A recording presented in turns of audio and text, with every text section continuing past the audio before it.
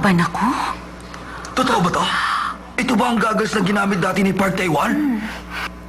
Ate! Ang galing! Ate! Ate, sigurado magiging mayaman ka na! Ate, magiging mayaman ka na ngayon! Ano ka ba? Ang gagas ni Park Taiwan ay nagkakahalaga ng 2,000 ko ibebenta mo na ngayon! 2,000? Ang gagas na to, 2,000 ang halaga! Ibenta na yan ngayon din. Saan ka ba makakakita ng 2,000 Huwag ngayon? na! Talagang mahal ito.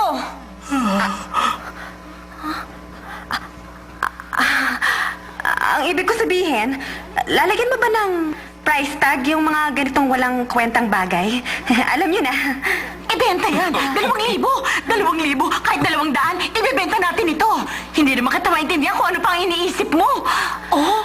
Oo nga. Pero ayoko pong ibenta yan eh. Mukhang mahal mo? Wala na ako. Sige po, matutulog na ako. Oh! Johnny! Balik mo yan dito! Sweetie!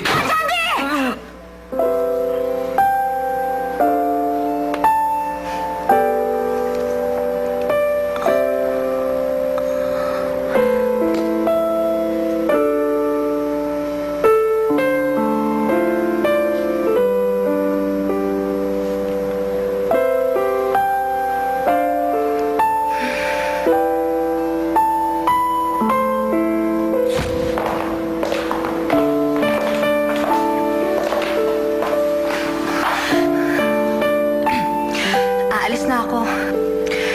Siya nga pala, maraming salamat. Ano? Hindi kita narinig. Maraming salamat. Ano? Sabi ko maraming salamat!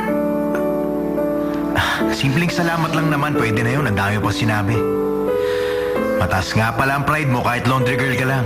Kunwari ka pa. Narinig mo naman. Binabawi ko na. Ano? Binabawi ko na yung pasasalamat ko.